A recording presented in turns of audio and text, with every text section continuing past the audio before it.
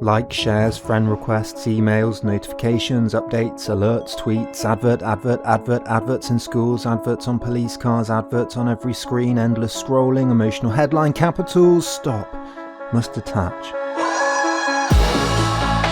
Must go for a run, must run further and faster than yesterday, must go, must relax. Watch a film, a TV show. Which one? Endless scroll, email from work, email from Auntie Linda, stop. Meant to be relaxing. Play a game, play Tetris, stop. Uber Eats, 50% off. Let's watch this short first, it will only take 30 seconds. Stop. Welcome to the attention economy. It's a world where our attention is currency, where our capacity for concentration is competed for, bid on, captured and grabbed, where corporations spend billions on the latest tricks to draw our eyeballs and to perk our interests. The attention economy is everywhere. Stress, anxiety, frustration are all on the rise worldwide. Is it the attention economy that's draining us of our energy to resist? Are attention merchants draining us of our willpower? Is the constant noise detrimental to our mental health, shrinking us down into insignificant nubs in an increasingly chaotic world? Maybe it's time to resist. I want to show you how the attention economy developed, the tricks that are used, what privacy used to look like, why it's important to carve out some space for ourselves and how to do that, because privacy was once sacred. The sanctity of the self was once important. Now, companies compete in a race to the bottom of tricks to grab our attention, targeting emotions, feelings, words, ideas, triggers that are increasingly difficult to resist. You might think you're immune, but are you? A study of 100 million articles on Facebook found that the most common headlines included phrases like, "This will make you cry," "People are freaking out," and "You'll be shocked to see." When radio became popular at the beginning of the 20th century, people were shocked to even contemplate the thought of an advertiser's voice in their homes. In 1922, President Hoover said that it's inconceivable that we should allow so great a possibility for service, for news, for entertainment, for education, and for vital commercial purposes to be drowned in advertising chatter. Printers Inc., a magazine about advertising for advertisers, recommended that the family circle is not a public place, and advertising has no business intruding there unless invited. But radio and television executives found it difficult to resist the profits. NBC headman Frank Arnold said, "Here you have the advertiser's ideal, the family group in its moments of relaxation, awaiting your message. Nothing equal to this has ever been dreamed of by the advertising man." Arnold was a man in the middle of a great shift in history, between newspapers and the nascent, burgeoning radio and television revolution, and onwards to computing and the internet. It was a revolution in technologies to capture our attention. So first, what is attention? This guy, William James, was the father of psychology in America. He wrote about the importance of attention in 1890. Attention, he pointed out, is central to everything. He said attention is a taking possession of the mind, in clear and vivid form, of one out of what seems several simultaneously possible objects or trains of thought, focalization, concentration of consciousness, or of its essence. It also implies, he said, withdrawal from some things to concentrate on others. Attention, in short, is focus. Today, psychologists have expanded. We have attentional resources, that capacity we have to pay attention, how we pay attention, what we pay attention to, the strength we have to pay attention, and so on. And there's a concept called attentional capture, how we shift attention, why we shift attention, what captures our attention, at what times and for what reasons. What's interesting about attention is it gets to the core of a lot of issues: free will, emotion, persuasion, experience, concentration. Think about fear. If you're walking in the woods and you see a bear, your attention will be captured by emotion, by your nervous system ramping up, by memories of what to do. Some attention is conscious and purposive. We engage our prefrontal cortex to think, concentrate, and other attention is passive, reflexive, non-voluntary, effortless. It's drawn away from us. What does all of this mean? Well, there are some important takeaways. First, attention is limited, quite strictly. We can only really focus on one or possibly two things at once, and only a finite number of things throughout the day, and even, of course, through our lives. We pay attention, suggesting paying a cost for our time. And second, we can both control our attention and it can be captured. Excuse me. Hello? Yeah, can do. Yeah, sure. Yeah. Harold Innis summed up the question quite neatly. Why do we attend to the things to which we attend? The concentrating or capturing of attention can, of course, take many forms. We might listen to someone we want to learn from, watch something with good reviews, log on to social media to connect with friends and family, or choose to attend to something in the present, in the moment. But the idea that attention can be captured using specific tricks, words, ideas, methods, emotions is relatively new in history. Tabloids, notably the New York Sun, founded in 1833, and its rival the Herald and their cousins over in Britain, were some of the first commercial enterprises to feature stories designed to capture attention through emotions. They featured murder, scandal, and sensationalism.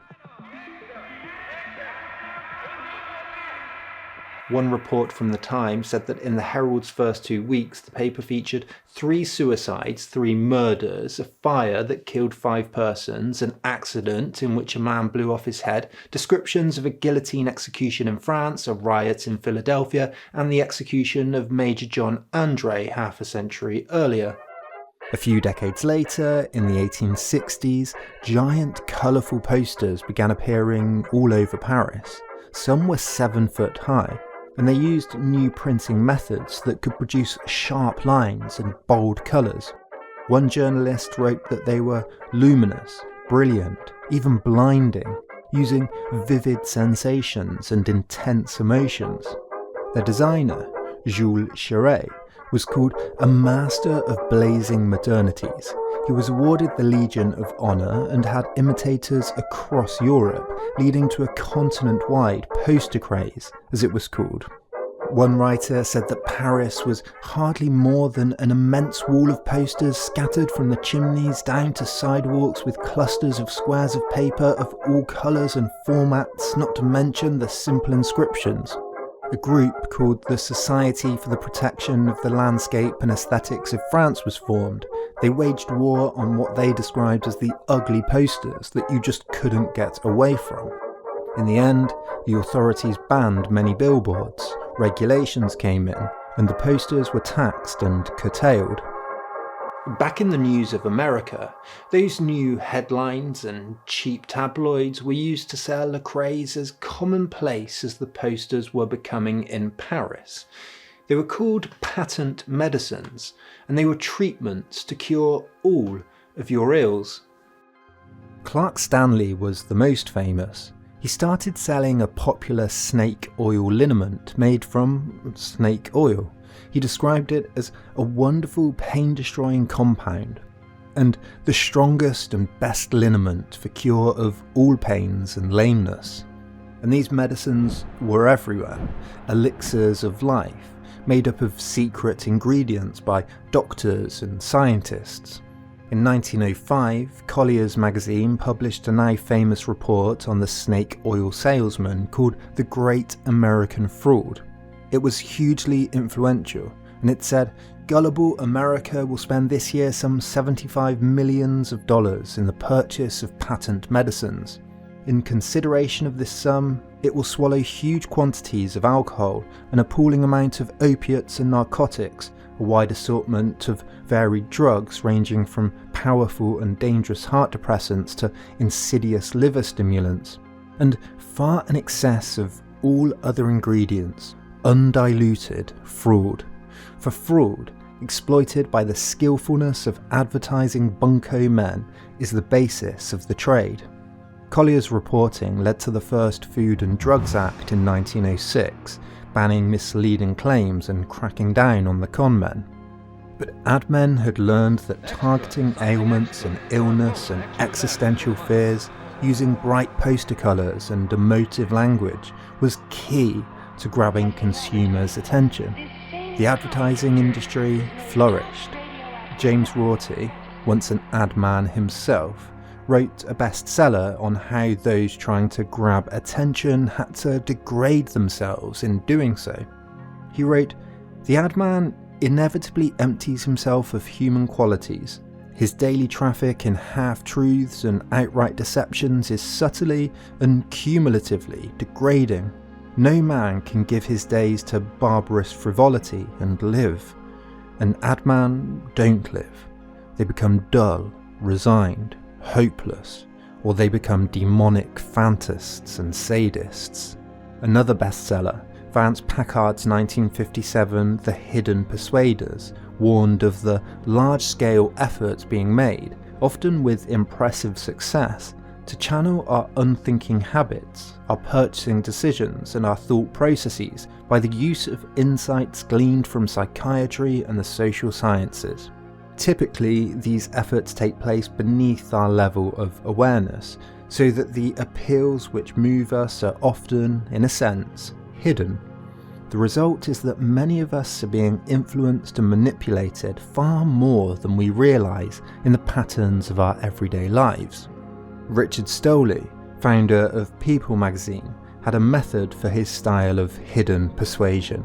He said that the faces on the cover of People magazine had to be recognisable to 80% of the public, and after that, young is better than old, pretty is better than ugly, rich is better than poor, TV is better than music, music better than movies, movies are better than sports, and anything is better than politics. Further into the century, cable television made grabbing the attention of more subgroups possible: ESPN, MTV, Fox News, the History Channel, and more and more. The instruments of attention capture, the medium, the technology, the paint, lights, sounds, all contributed to an improvement to hyper-reality in such a way that made the immediate world less appealing to the dreamlike world claiming to be able to take the consumer elsewhere, to a sale, to an article, to a video of an exotic land. Attention idealises the world, idealises the good and the bad. But with the internet, data and personalisation fundamentally changed how our attention can be captured. What was new?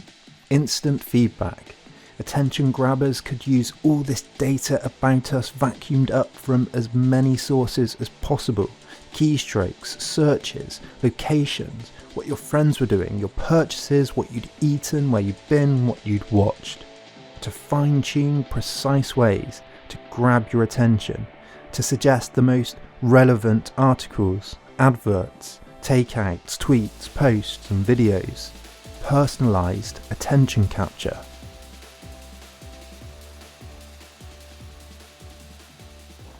You might be thinking, so what? The more personalization, the better.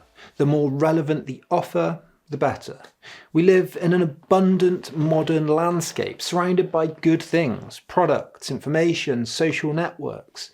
Why is this a problem? Choice, after all, is a good thing.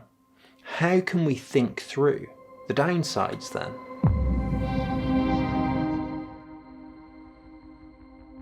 First, most obviously, our attention is sometimes captured by things that we want, a good film or article say, but often it's captured by things that we know are bad for us.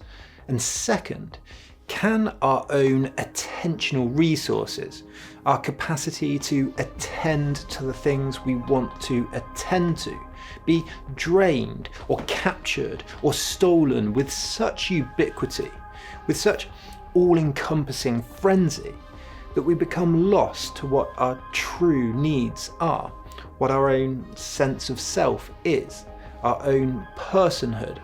Imagine that you live in a polygon, surrounded by doors and windows.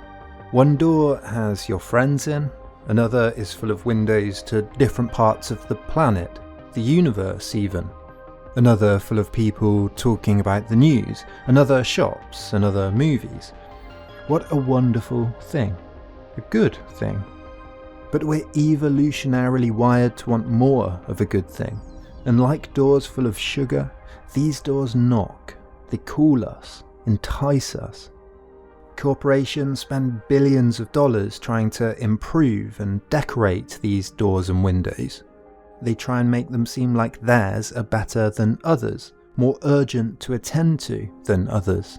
Reed Hastings, CEO of Netflix, said, "At Netflix, we're competing for our customers' time, so our competitors include Snapchat, YouTube, sleep, etc."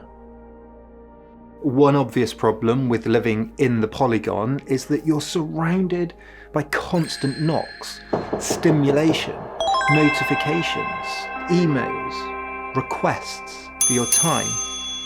And distractions not only distract at the moment the distraction happens. Studies have shown that your brain trains itself to predict distractions, and so will distract itself in anticipation before the distraction happens. Like expecting that a friend is about to knock on the door in the next few minutes, or predicting that this is about the time you get an email from your boss, or that feeling of waking up just before your alarm goes off. So the more you surround yourself with distractions, the more your brain will interrupt itself from what it's doing, and the harder it becomes to concentrate on the things that matter.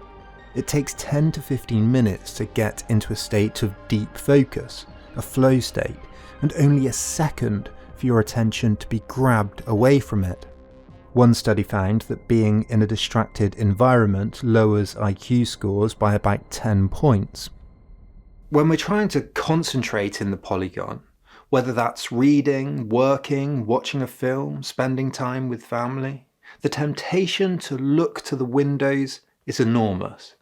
The average person looks at their phone 150 times a day and touches it. This includes picking up, touching in pockets and swiping as well, around 2,500 times a day. Our attentional resources are drained. We're pulled this way and that by powerful magnets, temptations, siren songs, by sugars, by drugs, by the use of red, by bold emotional language, by the need to keep up, by the need to be liked. The attention economy is an over-determination, a dizziness, a promise of freedom to pursue desires that ends up as a new type of slavery to our deepest desires. So distraction in itself can be corrosive. And the methods of attention grabbing are only getting better, more persuasive and more enticing. The game is rigged against us. I want to talk about how the psychological tricks attention grabbers use are linked to modern addictions in the next video. But for now, why is it important to escape from the constant competition for our attention and the pathways that leads us down? And how can we do that? Now, there's two solutions. Leave the polygon or attend to the polygon. The centre of the polygon should be where your personhood thrives. Instead, essayist William Dershowitz points out you are marinating yourself in the conventional wisdom, in other people's reality, for others, not for yourself. You're creating a cacophony in which it's impossible to hear your own voice, whether it's yourself you're thinking about or anything else. The Global Emotion Survey, taken every year, reports that levels of sadness, worry, anger and stress, and particularly stress, are increasing year on year, and by almost 50% since 2009. Of course, a lot of things have likely contributed to this, but is the increasing prevalence of smart devices, of always being online, causing overstimulation that leads to a new type of modern or postmodern stress? The term stress, after all, comes from physics, the amount of pressure on an object, the stretching of an elastic band that might be about to break. Is the attention economy the cause of quiet quitting, not doing all the extras a job demands of you, the dropping out of the rat race, the moving out of cities, a response to power lunches, to always being online, to responding to emails and doing one more bit of work at 10 PM, of tweeting about the latest news at 1 AM, of constantly keeping up with every friend? Ethicist James William writes that we experience the externalities of the attention economy in little drips, so we tend to describe them with words of mild bemusement like annoying or distracting. But this is a grave misreading of their nature. In the short term, distractions can keep us from doing the things we want to do. In the longer term, however, they can accumulate and keep us from living the lives we want to live, or even worse, undermine our capacities for reflection and self-regulation, making it harder, in the words of Harry Frankfurt, to want what we want to want. Thus, there are deep ethical implications lurking here for freedom, well-being, and even the integrity of the self. As James points out in his book Stand Out of Our Light, technology should function like a GPS for our goals, guiding us, showing us the latest information about our interests, keeping us updated with what's important. But imagine if our real GPS took us down wrong paths instead of to our destination, to a sale at a department store, rather than to our grandmas living alone. Should we just turn off the sat-nav then? The painter Agnes Martin, talking about the hippie lifestyle, disagrees.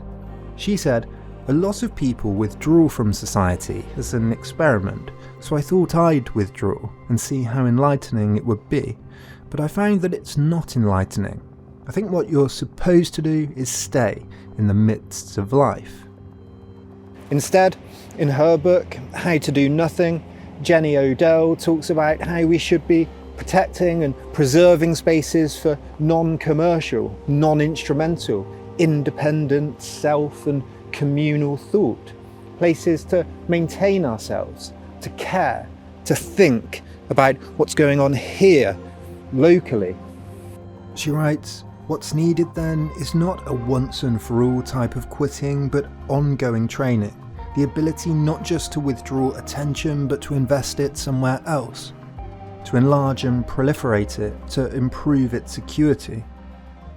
It's not just about switching off, it's about finding time for things free from distraction, to attend to the things we value.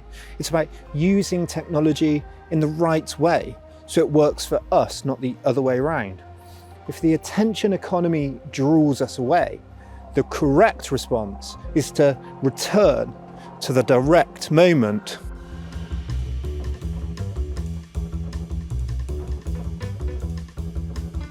One of the most transformative features of modern life is the separation of time from space. We live psychologically in multiple time zones simultaneously, from one single space that we're in. We have clocks, maps, calendars, timetables. We have information technologies like newspapers and televisions and the internet that transport us. All these modern inventions, they're used to take us out of the moment, out of the space that we're living in. They allow us to plan with one another in different futures, different geographics, different spaces. Pre-moderns were focused on the plough, the sunset, the next meal. Modernity disembeds us from local experience. This, of course, has been revolutionary.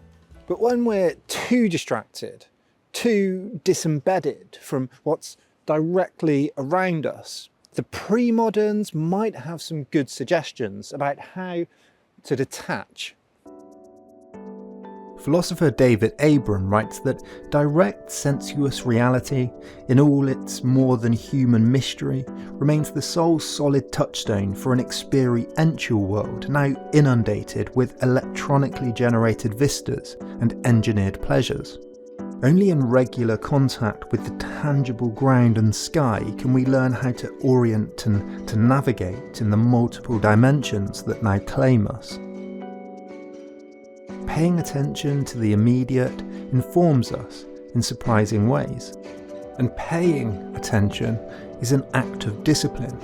We must train ourselves to switch off when we need to, create our own polygons, bookshelves, habits, local walks, local culture, local community, turn off notifications and instead listen, watch and think.